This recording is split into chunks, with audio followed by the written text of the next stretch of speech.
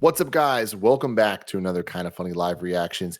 This time, it's one of the first movie trailers we're reacting to since Black Widow. Oh my God. Back when we were at the studio. Like, this is crazy. This is actually the first major blockbuster movie. That's not true, actually. I'm realizing now. DC Fandom. We were in the Dome. We didn't react to those trailers. But, I mean, this is still a pretty big deal. We're reacting to Dune, a major motion picture that supposedly is still coming out this year. I'm Tim Gettys, joined by Andy Cortez, Nick Scarpino. What's up, everybody? Dune for life. And we got Kevin running the show right now. Hey, whoa. Before we watch this, I want to ask everyone, what's your experience with Dune as a franchise? Andy?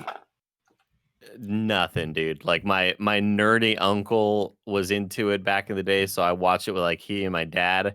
You watched the original, like the one from the 80s with Kyle MacLachlan? Okay. Yeah, and like McLachlan. And I just like there's spice and there's worms. That's all I know. I don't know shit about it. And Sting. Yeah. I'm right there with you. I'm right there with you. Nick, what about you?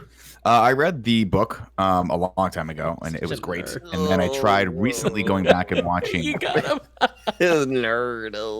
Oh, is that what it is, Andy? Chapter 4. You know, about a billion chapters in this book.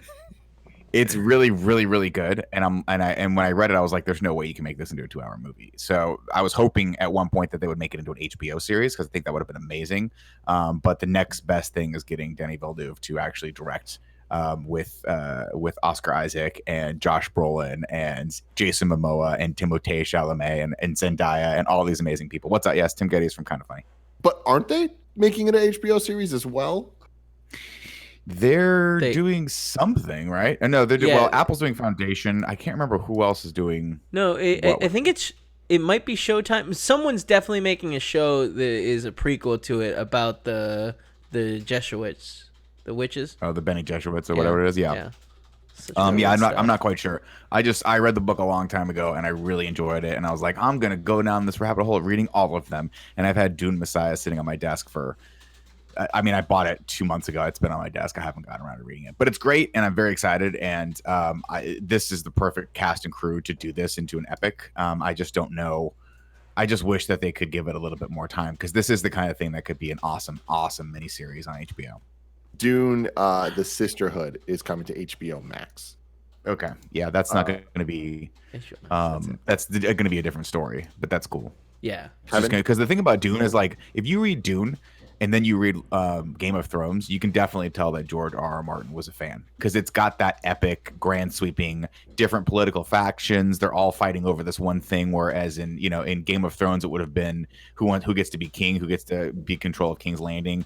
In this one, it's who controls Dune, who controls Arrakis, which is the planet that sells that mines this thing called spice. And it's the only place in the galaxy that has spice, and like everything runs off of this stuff. People get high off of it. It gives you some sorts of weird, spicy, hallucinogenic superpowers and shit. It allows these weird navigators to be able to plot plans through like interstellar space travel. Like the way they can, so they can't do like giant space travel basically without the spice melange. It's like Mountain Dew.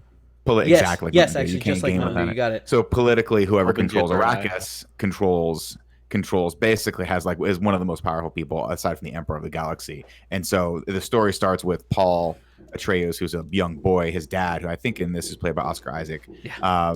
In the other one, it was played by the bad guy from Beverly Hills Cop 2. But spoilers, man. Come on, man. Well, that's from the very first. I don't think you're gonna go back and watch the one with Sting from The Police as the bad guy. Although it's pretty fascinating. That's cool. But it starts with him and his family moving and taking control of Arrakis. Like, so his dad is the Duke. The Duke has been given Arrakis as sort of a political tool to see if he can control some of the indigenous people there who are kind of getting in the way of them mining the spice. And people have failed before, and it's this planet that has no water on it whatsoever. Dude, so when you see him in the story is so incredibly complicated, where it's like there's these two families that hate each other. Yeah. And one family was in charge of this planet Arrakis, and to punish them, they put another family in charge. But there's also some like distrust with the Emperor and the Atreides family. So kind of he put him there to put him in a bad position. It's wild. wild. Just to give you a little backstory on my like history on it, Sci-Fi did a miniseries on it, and it is the it's some of the worst graphics you'll see and stuff, just because it was Sci-Fi like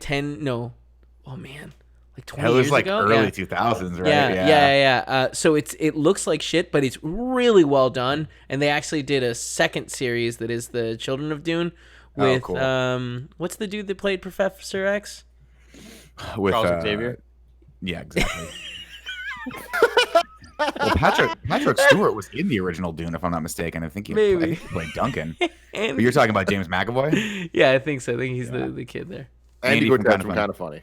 I mean, this joke would have worked like 10 minutes ago when I just first do it anyway, man. It doesn't matter. I was gonna say, Nick, when Sting does he pretend he needs help and he says, "I send an SOS to the world," but it would have worked better. So that was a great joke. But what I want Kevin to do now is, if it's possible, Kevin, without breaking your system, can you pull up a picture of Sting? Just hit Sting from Dune and see if the picture of him in just the cod piece, oiled up with like the dagger, comes up. Because this was my childhood right here. What a fucking set of words. Oh, wow. Oh, yeah. That right there. See him? Yeah, Look at how fucking great he is. Holy shit. Oh, look at that baby. So he's playing. I know. It's funny just from that. It's like, oh, I know who he's played in this movie. Yeah. All right, let's watch the trailer. There is Patrick Stewart. He plays way too long of an intro. I'm so excited for this. All right, let's watch it. I'm excited. Let's do it.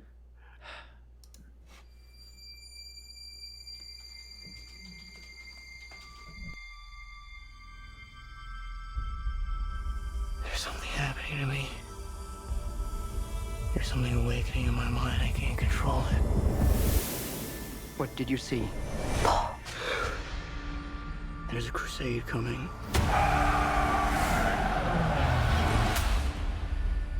Do you often dream things that happen just as you dreamed them? Yes.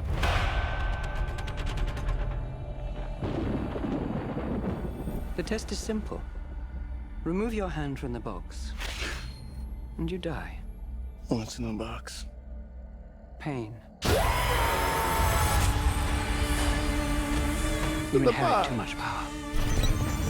You have proven you can rule yourself. That was sick. Whoa. That's a shield. Something none of your ancestors learned. God damn, he looks good with a beard. An entire planet. He's losing it. He's getting a richer one. He'll lose that one too.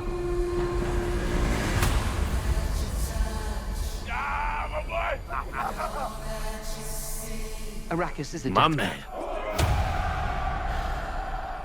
Kill him. Got Bautista out there looking like old Darth Vader. They're picking my family off one by one.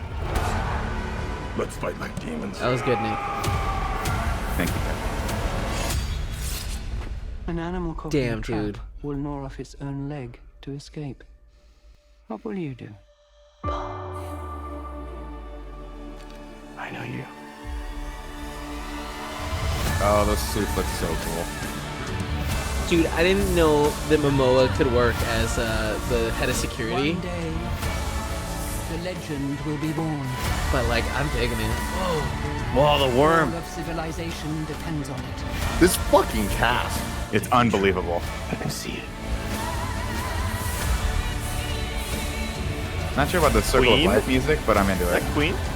I must not fear. No, what's wrong? Fear is the mind killer. My Lord Duke.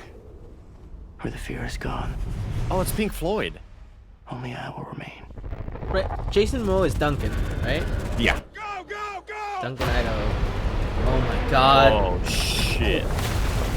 Oh.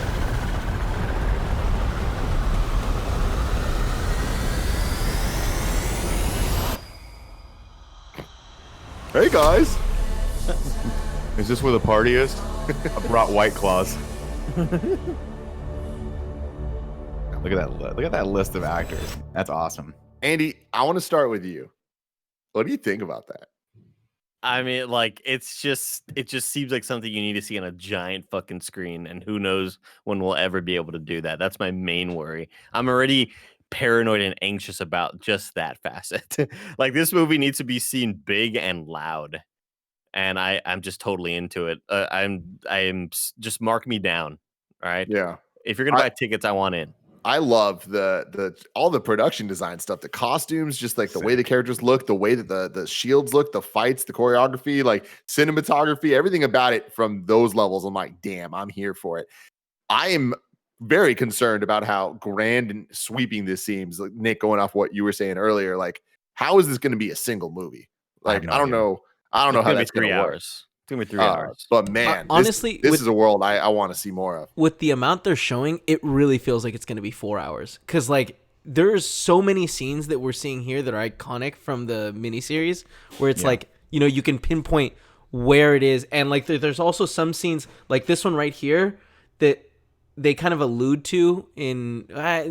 It's just weird seeing their planet, the planet that the Atreus people are originally from. And it's just interesting. That starts at the beginning, though. Yeah, you're right. Yeah, that's the very beginning of the movie. That's when they leave their like water planet for Dune. It's a nice juxtaposition because their planet's like raining and like they live literally where what were the ship yard or the kingdom of ships from Game of Thrones? Remember that one? The guys that had it doesn't matter. It's a nice juxtaposition because when they go to Dune, one of the like core tenets of the planet is there's just no water. So when you see them in these suits, Tim, when they have little breathers, it's to basically recapture every bit of moisture that their body can get, including sweat, and the whole thing will circulate it and filter it. And give it why are back their to eyes them. Blue? Well, so I guess that's not really a spoiler, is it, Kev? No, I don't think so. So the more you're around the spice, the more it turns your eyes like blue. Yeah, it extends your life. It like there's all these crazy properties, but like. Eventually, like it'll kill you, but it also extends your life if you take little doses. So it's like the ring. Yeah. So people get like addicted to it. Yeah. Yeah, it's kind of like so it's kind of like a pros and cons sort of thing where like the more you do it, the more like beneficial it could be, but it'll also like screw you up. But even just like living on Arrakis, like it's in the air, so like no matter what, like after a couple of years, your eyes will glow blue like that. It's really cool. It's crazy. Yeah, dude, so cool. Like this looks amazing. The design for these worms is interesting. Awesome. Like it looks crazy. They've made them somehow even look more massive than any of the previous. Like this shot right there of it going and just being a giant wall.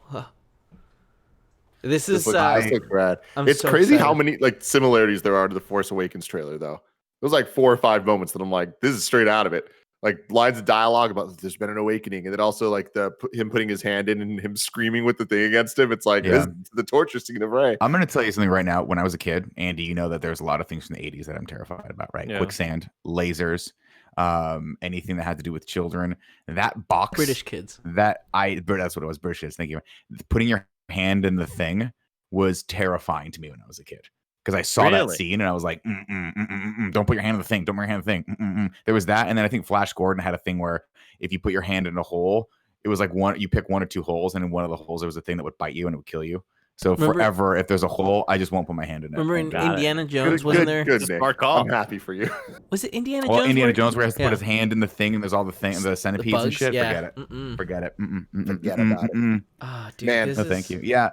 My concern with this is that it's going to go the same route as Blade Runner 2049, which is that it's going to be amazing. By the way, Tim, those are personal shields that they have. That's so cool. Activate them and it puts a shield on them. And in the original one, it actually made this like crazy. Andy, we would appreciate this. It made like they didn't have a lot of technology, so they just drew with polygons on the outside of them. It looked really cool. It would like light up a shield. It was cool, but in this, it looks a lot better. But yeah, they have to use these personal shields for combat, like because they fight with daggers and shit sometimes. But yeah, my concern with this it looks like Momoa murked a guy with a shield. Well, yeah, so the shields are very effective against the weapons, but they're not effective against blades if you get in there the right way. That's right. That's what it is. Yeah. So that's wow, what a shot right there, man. Just the lowering right now. Dude, the scale of this movie looks awesome. It's Kojima as fuck. Yeah. Like so many elements. So of many it. elements. That's awesome. I don't know if I like Momoa without a beard on, but like his like fun attitude seems like a really cool take on that character that previous movies have made into like a more serious guy. And I kind of dig the like the Aquaman vibe he's bringing. I like it. Yeah, I mean, he's like the guy that trains him to fight, and so he's got that sort of cavalier attitude, which is cool in this. I like it. But yeah, to me, Tim, that's the same thing. Like my worry is this movie is going to go the way of Blade Runner 2049. It's going to be great. We're all going to love it. No one's going to go see it. It's going to tank, and we're never going to get any more world building from it. And that's just going to be the way it goes. And I hope to God that's not the case.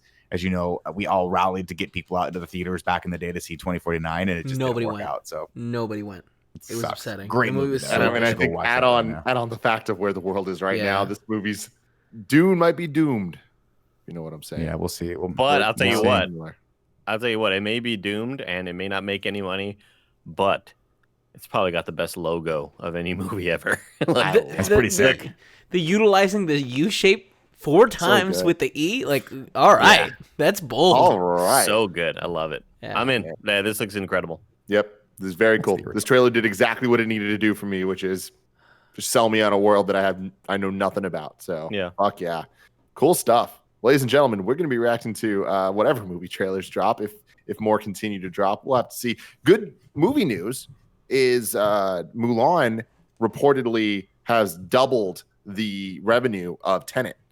So that kind of shows that we might be getting some more VOD movies coming up. Oh, wow. Like, that seems like a more successful track than going to theaters right now. I'm going to watch Tenet at your house, Tim. We'll have to wait and see. You're more than welcome.